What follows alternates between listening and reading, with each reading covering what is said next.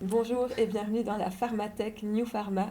Je suis ravie de vous retrouver pour une nouvelle émission consacrée à votre santé et à votre bien-être. L'été est là et avec lui les valises à boucler, les barbecues entre amis, les journées au bord de la piscine, bref, tous ces moments que l'on attend tous avec impatience. Mais derrière cette saison pleine de détente et de plaisir se cachent aussi de nombreuses situations qui peuvent mettre notre corps à l'épreuve. Alors aujourd'hui, on prépare vos vacances ensemble et on fait le tour de tout ce qu'il faut savoir profiter pleinement de l'été. Et pour en parler aujourd'hui, j'ai à mes côtés Aline et Benjamin, nos pharmaciens que vous connaissez bien maintenant. Bienvenue à tous les deux. Bonjour Eva, bonjour à tous. C'est un sujet qui me tient vraiment à cœur parce que lorsque l'été arrive en pharmacie, les questions s'enchaînent, moustiques, voyages, chaleur. Et en adoptant certains bons réflexes, on peut vraiment passer des vacances en toute sérénité, sans aucun souci. Donc voilà, moi je suis ravie d'être là. Bonjour Eva, bonjour à tous, bonjour à toutes. Donc oui, en effet, pour moi, c'est une période où on a envie de bouger, de voyager, de profiter des extérieurs. Et justement, quand on change de rythme, quand il fait chaud, quand on fait du sport dehors, c'est là qu'il y a certaines précautions dont on doit faire attention. Et notamment aujourd'hui, on va essayer un petit peu de vous donner quelques tips, quelques petits tuyaux pour pouvoir, qui seront faciles et utiles pour pouvoir passer l'été en toute sérénité.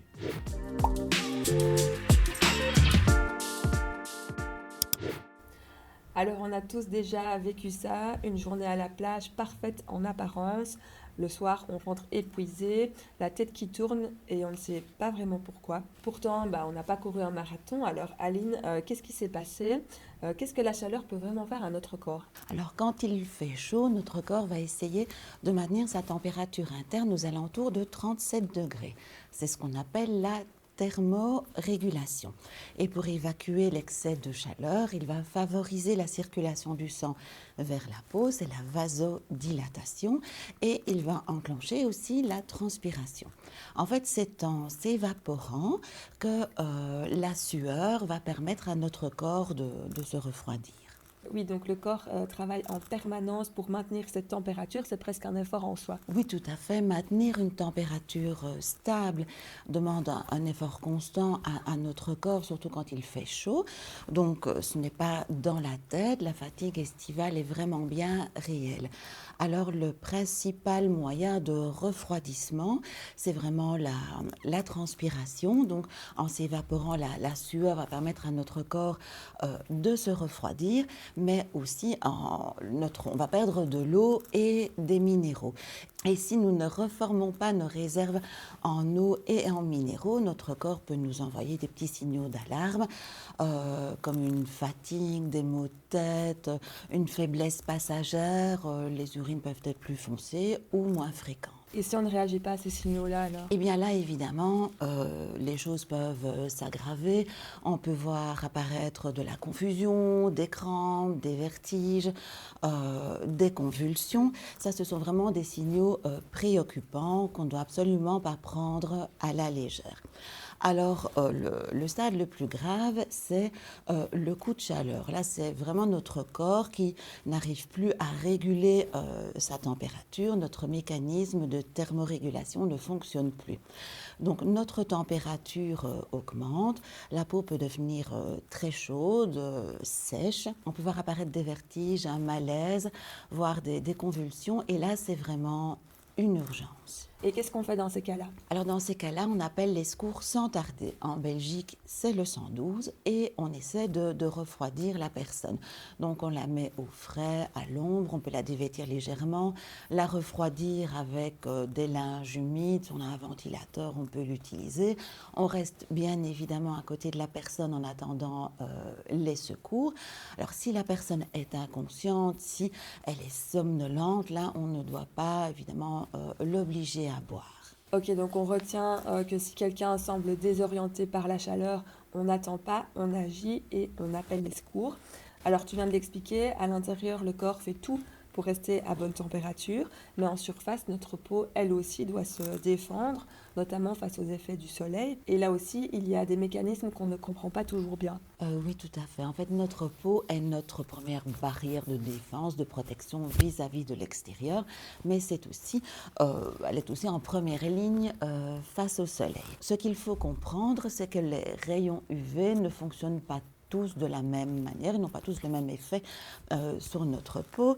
Alors les UVB vont surtout toucher la couche superficielle de la peau et ils sont principalement responsables des coups de soleil. Les UVA, eux, pénètrent plus profondément dans la peau, ils sont responsables du photovieillissement, des taches brunes, de la perte d'élasticité et des effets à plus long terme sur la peau. Alors il faut être clair, les UVA comme les UVB sont nocifs pour les cellules cutanées et sont responsables tous les deux des cancers de la peau. C'est là qu'intervient la notion de capital solaire. En fait, on peut l'imaginer comme la capacité de notre peau à se défendre, à résister au rayonnement UV. Alors, ce capital solaire est tout à fait personnel. Il dépend de notre peau, de notre type de peau, de notre âge, de nos expositions antérieures et du nombre de coups de soleil que nous avons eus. Alors ce capital solaire n'est pas illimité, on ne sait pas le régénérer. C'est pour ça qu'il est vraiment très important d'utiliser une crème solaire dès le plus jeune âge et de continuer à en mettre toute la vie, même quand on est adulte et qu'on se dit que notre peau résiste bien au soleil. Justement, comme tu viens d'en parler, pour protéger ce capital solaire, il y a la crème solaire. C'est un produit qu'on connaît tous, mais qu'on utilise parfois approximativement. Alors, comment la choisir et l'appliquer correctement? Alors, oui, on pense tous savoir comment appliquer une crème solaire, mais on fait quand même encore très souvent des petites erreurs. Alors, tout d'abord, il faut comprendre ce que signifie le SPF. SPF, c'est le facteur de protection solaire. Il indique le niveau de protection contre les UVB, c'est-à-dire les rayons responsables des coups de soleil.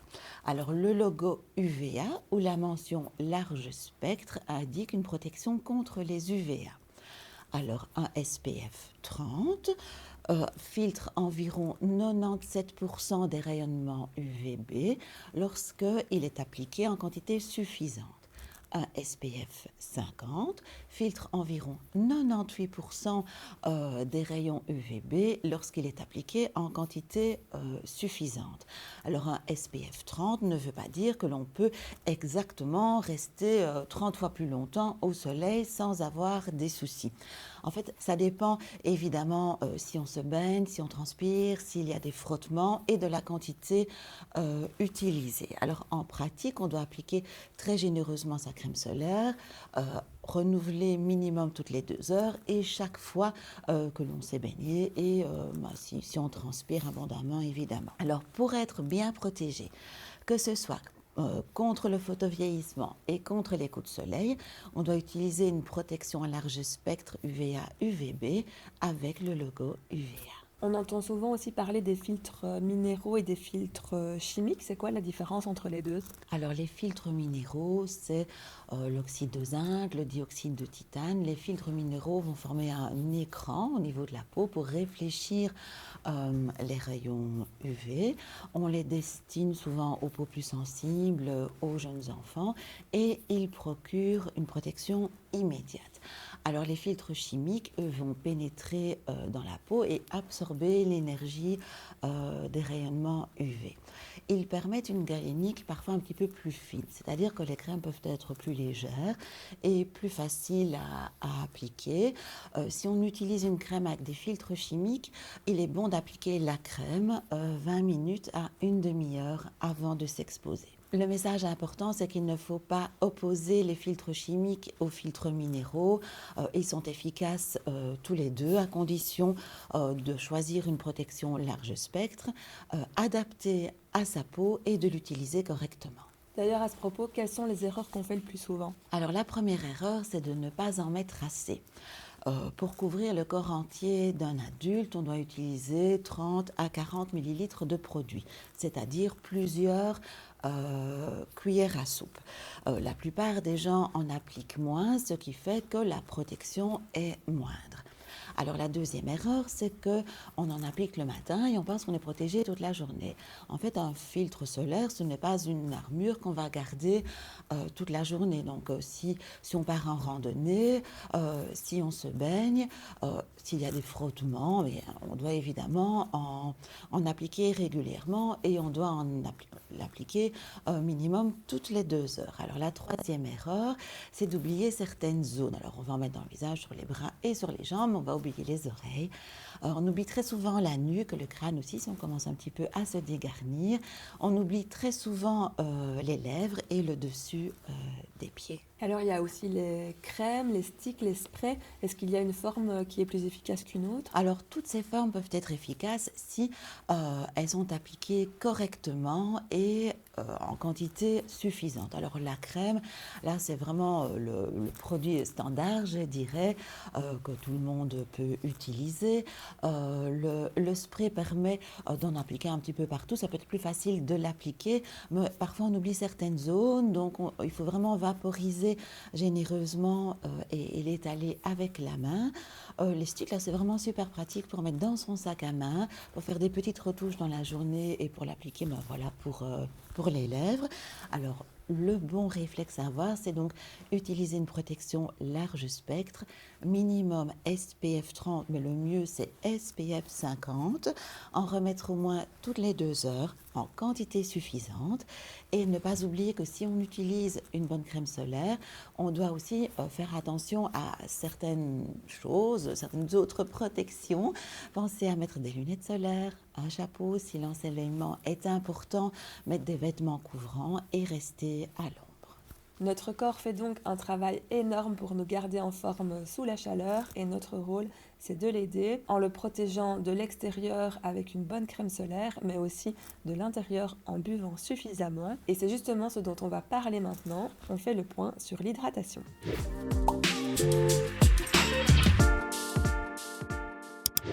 On a compris que notre corps travaille en permanence sous la chaleur et que la transpiration est son arme principale. Mais cette transpiration a un coût.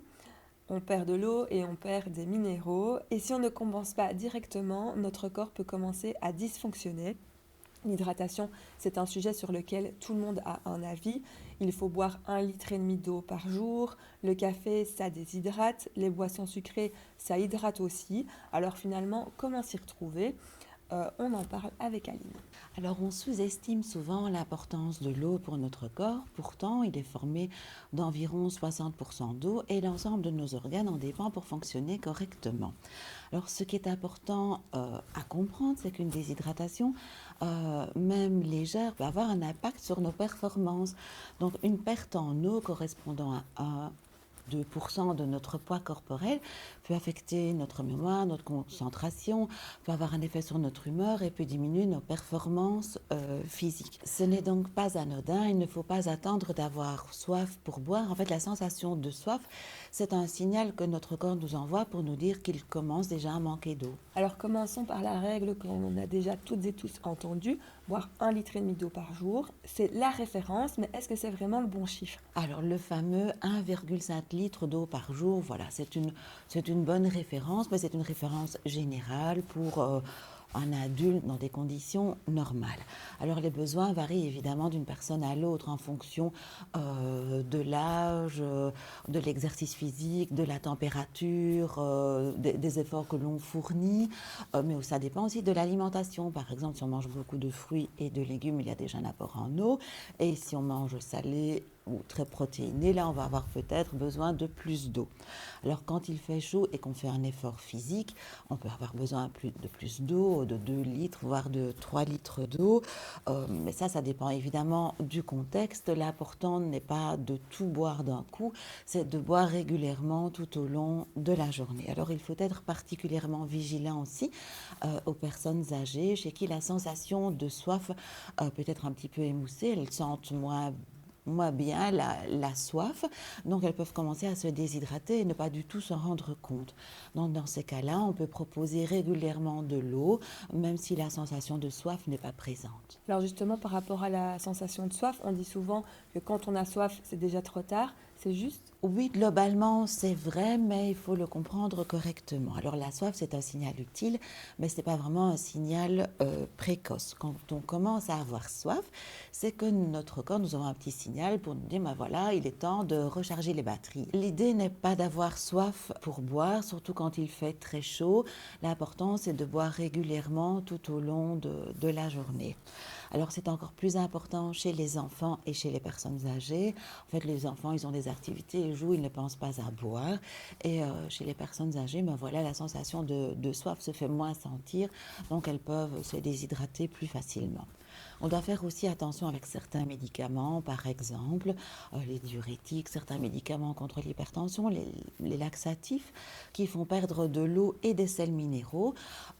Donc quand il fait chaud, les personnes qui prennent de tels médicaments doivent faire vraiment très attention à leur hydratation et en cas de doute, si vous ne savez pas ce que vous devez faire avec les médicaments que vous prenez, eh bien vous pouvez toujours évidemment demander conseil à votre médecin et à votre pharmacien. Et on boit quoi exactement? Parce que l'eau plate, on connaît évidemment, mais est-ce que toutes les boissons hydratent de la même manière? Alors l'eau plate, c'est vraiment la référence, elle convient à tout le monde, elle ne contient pas de sucre, elle ne contient pas de calories. Il existe aussi l'eau gazeuse, là ça dépend vraiment des préférences personnelles, et puis certaines personnes peuvent avoir aussi des ballonnements avec l'eau gazeuse. On doit faire aussi attention à certaines eaux qui contiennent beaucoup de sel, donc voilà, parfois ce n'est pas bon de boire tout le temps le même type d'eau. Alors les infusions et les tisanes sont des bons apports en liquide. Aussi, si on n'aime pas toujours de boire de l'eau plate, parfois c'est bien d'un petit peu varier. On doit faire attention de ne pas les sucrer. Alors il y a le café, le thé. Ce sont des apports en liquide, mais ils peuvent être un petit peu diurétiques, surtout si on en boit régulièrement à cause de la caféine. Donc lorsqu'il fait très chaud, ça ne doit pas être les seuls apports en liquide. Alors il y a les sodas, les boissons, les jus de fruits. Là, ça doit rester exceptionnel parce qu'ils sont vraiment très sucrés. Et puis alors, il y a aussi l'alcool. Là, c'est un cas à part. L'alcool déshydrate. Alors si on a envie de prendre un petit apéro en terrasse, un bon réflexe, c'est de prévoir toujours un grand verre d'eau pour se réhydrater.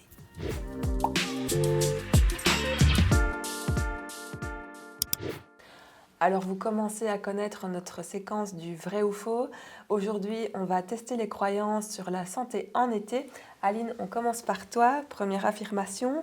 Laisser ses médicaments dans sa voiture ou dans son sac de plage en été, c'est sans danger. Vrai ou faux? Faux, et c'est vraiment un réflexe à changer. Quand il fait très chaud, on doit faire vraiment très attention à la conservation de ces médicaments et ne jamais les conserver en plein soleil, dans la voiture ou les prendre avec soi sur la plage.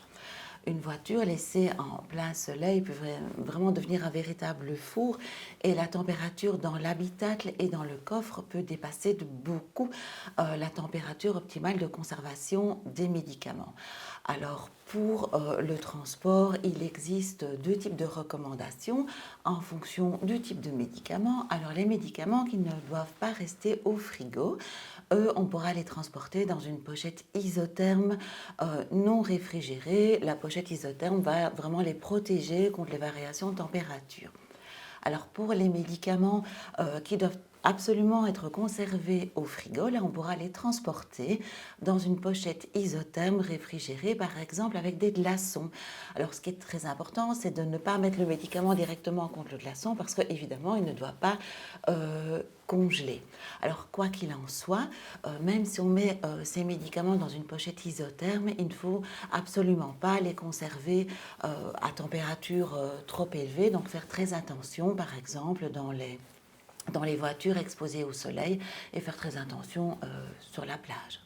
Alors Benjamin, toujours du côté des médicaments, il faut faire attention au soleil quand on prend certains traitements. Vrai ou faux? Vrai. Il faut savoir que certains médicaments augmentent la sensibilité de la peau au soleil, même après une exposition relativement courte. Donc On peut parler de certaines classes de médicaments, comme certains antibiotiques, certains anti-inflammatoires, certains traitements contre le diabète, des traitements pour le cœur, des traitements dermatologiques, certains antidépresseurs. Donc il y en a vraiment beaucoup où il faut faire attention. Donc en fait, il y a deux types de réactions possibles. Une réaction dite coup de soleil ou phototoxique, qui est rapide, assez intense et uniquement sur les zones non couvertes. Alors il y a aussi la réaction allergique ou photoallergique. Donc dans ce cas-là, elle est plutôt rare, assez lente. Elle peut même apparaître quelques jours après l'exposition au soleil et elle apparaît même sur les zones couvertes. Alors il y a quelques précautions évidemment à prendre qui sont essentielles. Il est important de bien se protéger, notamment avec des vêtements le plus couvrants possible. Utiliser une crème solaire avec un indice de protection assez élevé, de qualité. Éviter les expositions au soleil aux heures les plus importantes. Et ce qui est très important aussi, c'est de ne pas oublier de lire la notice de ces médicaments. Et évidemment, s'il y a une réaction cutanée suite à une exposition solaire, à ce moment-là, il faut vraiment consulter au plus vite un personnel de santé. Alors une autre affirmation qui concerne nos animaux cette fois, un chien sait naturellement se protéger de la chaleur ou faire savoir quand il a trop chaud, vrai ou faux? Alors ça, c'est plutôt faux. Donc c'est vrai qu'on a tendance à croire qu'un chien va sortir quand il a trop chaud, donc s'arrêter de jouer, s'arrêter de courir, etc. Mais ce n'est pas toujours le cas. Donc bien souvent, un chien va continuer à courir, continuer à jouer, suivre son maître, même s'il est déjà en surchauffe. En fait, il faut savoir qu'un chien, ce n'est pas comme nous, il ne transpire pas vraiment. En fait, pour se refroidir, il doit halter régulièrement. Et c'est quelque chose qui peut poser problème évidemment quand il fait chaud, quand il fait humide ou quand il fait une activité un peu plus intense. Donc il existe vraiment des signes qui doivent nous alerter. Donc par exemple un allaitement intense, une salivation importante, le fait que le chien marche bizarrement ou on a l'impression que le chien est ailleurs. Là il faut vraiment ne pas se dire ok ça va passer. Non, plutôt il faut vraiment prendre le chien, le mettre à l'ombre, lui donner à boire et arrêter l'activité le plus vite possible. Et évidemment, il faut qu'il se refroidisse progressivement. Donc, pour éviter tout ça, l'idéal, c'est vraiment donc, de faire les balades en dehors des heures chaudes, les heures les plus importantes au niveau de la chaleur et du soleil. Donc, ne pas laisser son chien dans une voiture, même quelques minutes, et trouver un espace avec de l'ombre et avoir de l'eau régulièrement à portée de main le plus possible. Très important aussi, c'est de faire attention avec les chiots, les chiens plus âgés, les chiens en surpoids, mais aussi les races à museau court, comme les bulldogs et les carlins. Alors, à la piscine, si l'eau est bien chlorée, il n'y a aucun risque pour la santé, vrai ou faux? Alors faux, donc le chlore va diminuer le risque microbiologique, mais il ne va pas tuer tous les pathogènes, ni même diminuer les irritations dues aux chloramines ou à une eau mal entretenue. Il est donc très important de bien respecter certaines règles d'hygiène, notamment prendre une douche avant la baignade, ne pas aller dans l'eau si on a la diarrhée ou si on a des plaies ouvertes, surtout ne pas avaler l'eau et prendre une douche lorsque l'on sort de l'eau quand on a fini la baignade. Alors, dernière question qui va parler à tous ceux qui partent à l'étranger cet été. La tourista, on ne peut rien faire pour l'éviter, c'est une fatalité quand on voyage dans les pays exotiques, vrai ou faux? Alors, faux, la tourista n'est pas une fatalité. En fait, la tourista est due à des virus, de bactéries et des parasites qui vont venir contaminer l'eau ou les aliments que l'on mange. Alors, pour diminuer le risque de tourista, il est recommandé de se laver très fréquemment les mains, de boire de l'eau d'une bouteille scellée, c'est-à-dire que vous allez décapsuler vous-même juste avant de boire, d'éviter les glaçons, les crudités, les fruits non pelés. Il est recommandé de manger des plats qui ont été bien cuits et qui sont servis chauds. Alors vous pouvez aussi prévoir avant de partir une petite trousse avec des sels de réhydratation et un traitement adapté.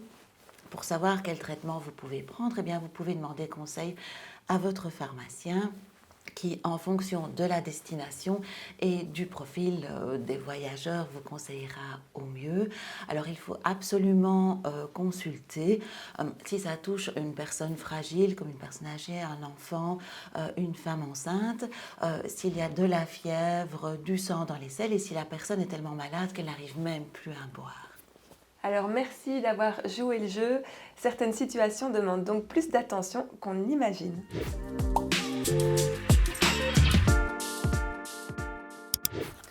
Alors dans cette séquence, on inverse les rôles et ce sont les vacanciers qui vont nous poser leurs questions. Nous avons donné la parole aujourd'hui à nos collègues pour qui les vacances se rapprochent à grands pas. Mon fils a le mal des transports à chaque trajet en voiture. On part cet été au mois d'août et je ne sais vraiment pas quoi faire pour lui. Donc en effet, le mal des transports, donc, c'est quelque chose qui est vraiment très courant chez les enfants, notamment pour période de vacances avec les trajets un peu plus longs.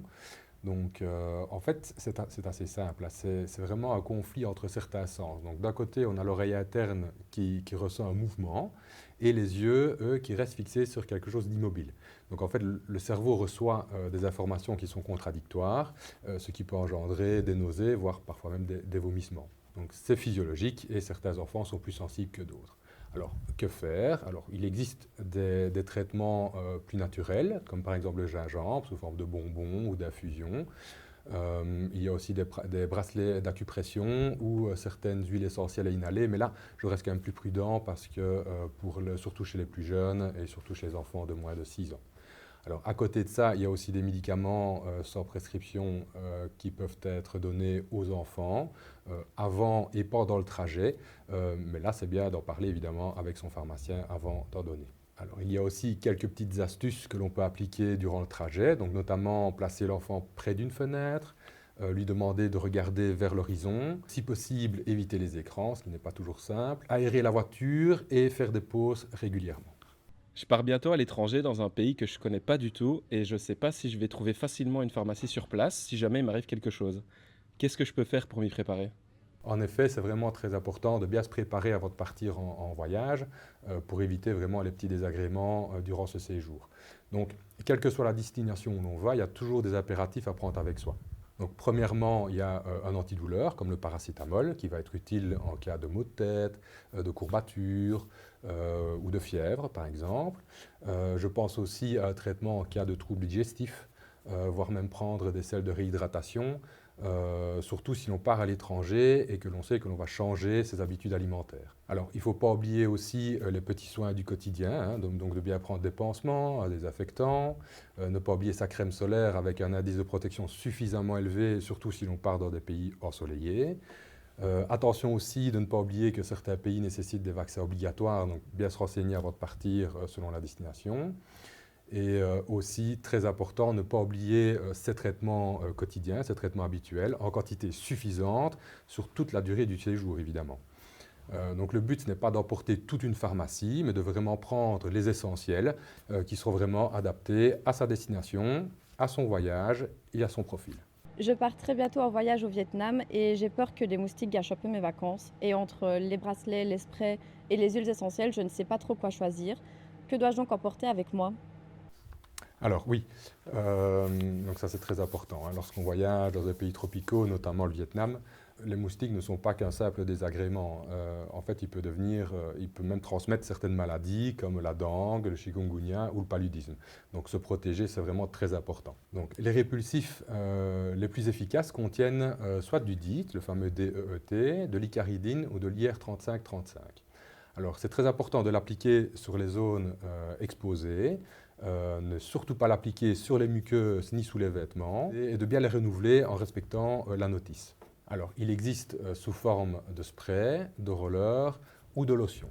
Les solutions naturelles comme la citronnelle ou les bracelets anti-moustiques existent, fonctionnent dans certains cas, mais ici pour les destinations tropicales, notamment le Vietnam, etc., pour moi ce ne sera pas suffisant. Très important aussi, il ne faut pas mélanger sa crème solaire et le répulsif, donc il faut toujours appliquer sa crème solaire en premier et puis le répulsif. Donc évidemment, il existe quelques astuces qui sont faciles à respecter, notamment porter des vêtements le plus couvrants possible le soir, utiliser une moustiquaire pour aller dormir, pas mettre de parfum trop fort parce que ça attire les moustiques, et également on peut utiliser un diffuseur électrique au besoin.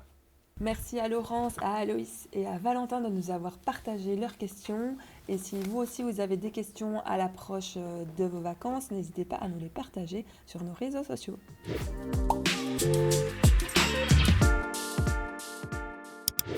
On passe maintenant à la Minute Expert, parce qu'en été, beaucoup d'entre nous continuent à pratiquer une activité physique et c'est très bien, mais la chaleur change parfois la donne. Benjamin en a parlé tout à l'heure de thermorégulation, de sudation, de perte en minéraux, tout ça, le sportif le vit de façon amplifiée. Quelles sont les règles à connaître absolument pour continuer à bouger en été sans se mettre en danger? Pour moi, la règle principale, c'est de ne pas stopper le sport, mais plutôt de l'adapter. Le corps est capable de s'acclimater à la chaleur, mais c'est un processus qui prend plusieurs jours. Donc le principal, c'est d'augmenter progressivement l'intensité par rapport à la chaleur, sans se mettre en difficulté. Pour limiter les risques, l'idéal, évidemment, c'est de s'entraîner durant les périodes les plus fraîches. Donc toujours, si possible, avant 9h ou après 19h, et toujours éviter la tranche 11h, 17h, où là, vraiment, la chaleur et le soleil est vraiment à son paroxysme et où les risques sont les plus importants. Donc ce qui est aussi très important, c'est l'hydratation. Donc pendant l'effort, il y a une perte en eau et en minéraux due à la transpiration, évidemment. Donc c'est vraiment très important de bien se réhydrater avant, pendant et après l'effort. Avant l'effort, c'est très important de boire de l'eau. Ne pas attendre évidemment d'avoir soif, parce qu'à ce moment-là, on peut déjà se dire qu'on est peut-être déjà en déhydratation. Pendant l'effort, c'est bien de boire en petite quantité de façon régulière, plus ou moins toutes les 15 à 20 minutes. Et après l'effort, donc là, il faut vraiment, le but c'est vraiment de récupérer ce que l'on a transpiré, donc plus ou moins entre 500 ml et 1 litre de liquide, en fonction évidemment de la durée et de l'intensité de l'effort. Pour un effort en général de moins d'une heure, l'eau seule va suffire. Mais par contre, pour des efforts au-delà d'une heure, là, à ce moment-là, il vaut mieux prendre une boisson qui contient des minéraux, notamment du sodium, du potassium, du magnésium, ce qui va permettre de récupérer justement tous ces minéraux qui sont perdus avec la transpiration. Et est-ce qu'il y a des signes qui doivent attirer notre attention? Oui, absolument. Il y a par exemple des maux de tête inhabituels, des nausées, des vertiges, des malaises pendant l'effort. Un signe est particulièrement grave, c'est le fait de ne pas transpirer malgré l'effort, l'intensité et la chaleur. Donc dans ce cas-là, on pourrait penser à un coup de chaleur d'effort qui est vraiment une urgence médicale. Donc dans ce cas-là, on arrête son activité, on essaye de se refroidir le plus vite possible et on appelle les urgences. On arrive au terme de cette émission et je crois qu'on repart toutes et tous avec de quoi passer un été en pleine forme. Aline, Benjamin, est-ce que vous avez un dernier mot? L'été est fait pour en profiter pleinement, sereinement, sans se tracasser aux premiers rayons du soleil. Avec quelques bons réflexes, on peut vraiment passer de merveilleuses vacances sans aucun souci. Alors si vous avez des questions, même si elles vous semblent banales, n'hésitez pas à les poser à votre pharmacien. Nous sommes là pour ça, pour répondre à vos questions. Et bien souvent, poser une question à la pharmacie avant de partir en vacances, eh bien cela évite bien des soucis durant les vacances.